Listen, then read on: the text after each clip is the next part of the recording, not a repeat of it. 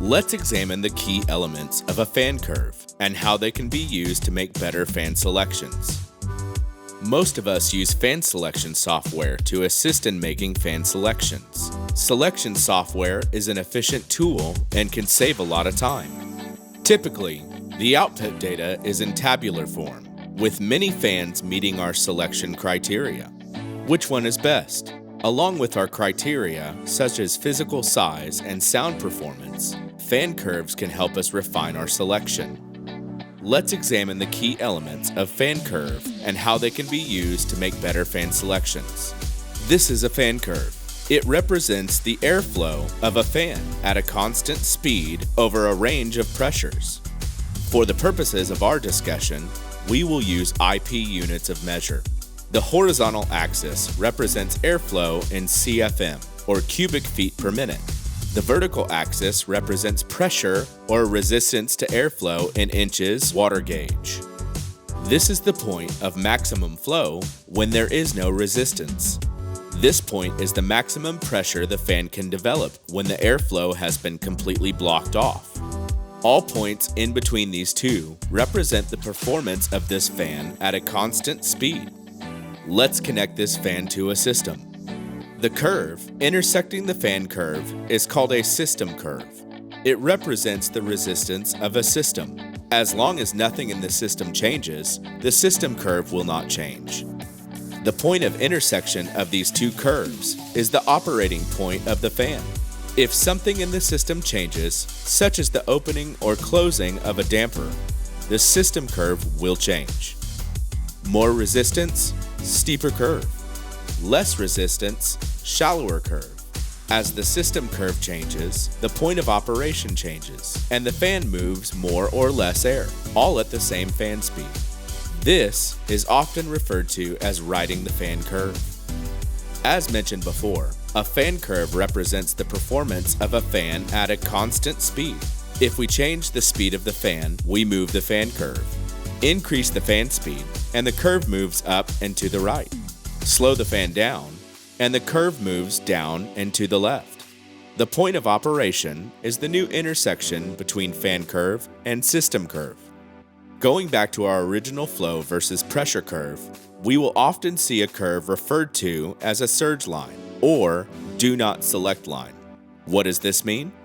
The line is an indication that you are getting into an area of instability, where small changes in pressure can result in large changes in airflow. The actual line or curve itself should not be viewed in black and white terms, but rather indicates that careful consideration should be used when selecting a fan in this area.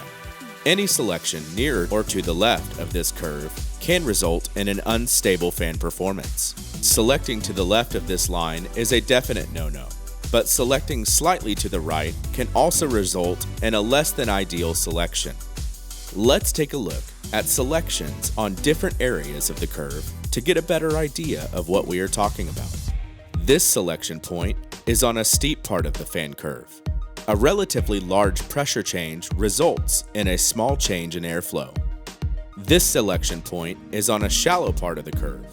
Immediately you see that a much smaller change in pressure results in a larger change in airflow than with the previous selection.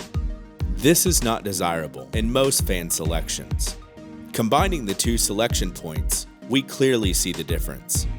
Another concept in the use of fan curves is that of fan size.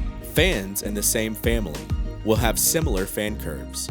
A smaller fan must run faster to give the same airflow at a given pressure, but the operating point will be on a steeper, more stable part of the curve. Remembering this can help if you are looking at a selection near the top of the curve. Take a look at the curve for the next smaller size fan in that family, as it may be a better selection point. If your fan is going to operate over a range of speeds in a system with changing conditions, you need to look at the performance over the operating range.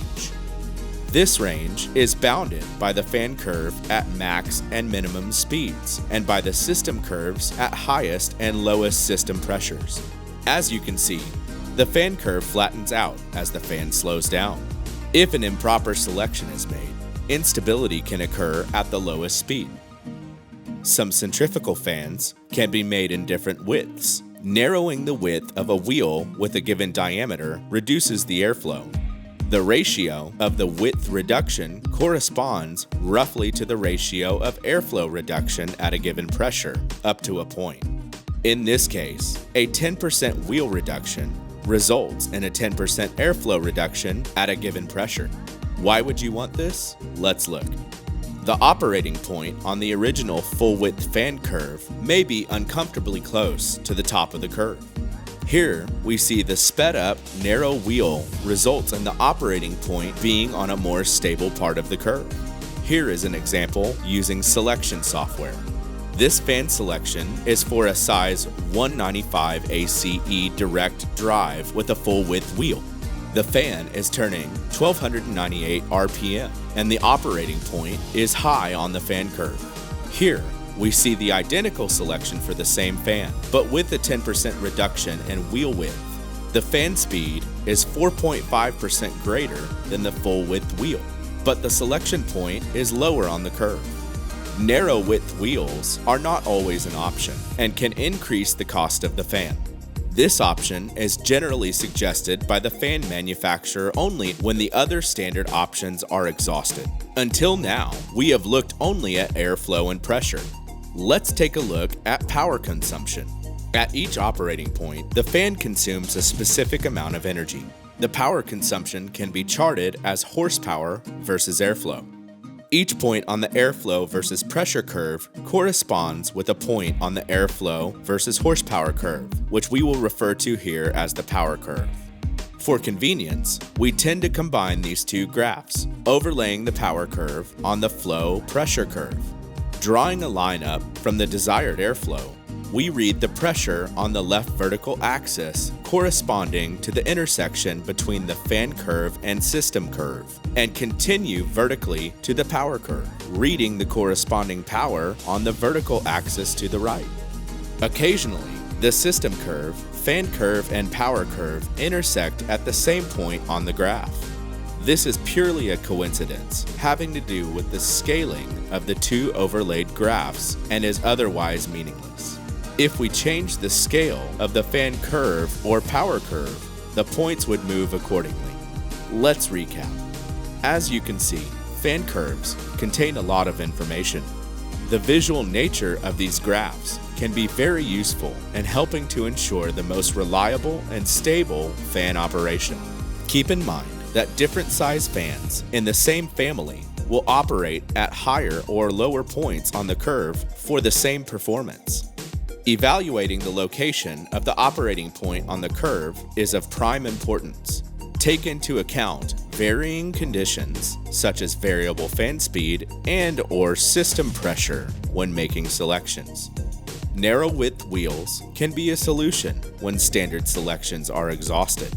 Contact your manufacturer's representative for guidance and assistance with such selections. Thanks for watching. Subscribe to our channel and watch for more videos. If you have suggestions about any subjects you would like to see covered, send them to marketing@lorencook.com.